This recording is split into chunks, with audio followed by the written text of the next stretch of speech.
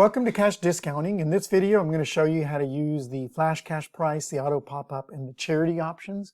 So basically, those are options that are set up right here. You can see the flash cash price, and charity is a little bit further down. That's right here.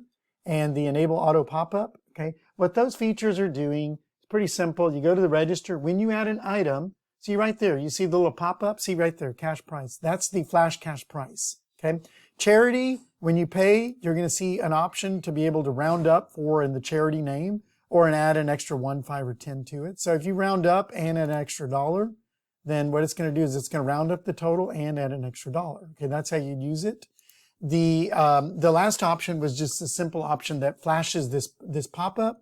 So what happens is if you don't want when you hit pay, if you have auto pop-up, see this is the auto pop-up.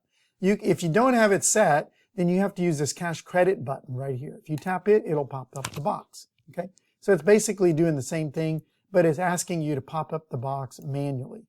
Okay, and so if you do that, then you can go ahead and pay it out just like you would. That's it.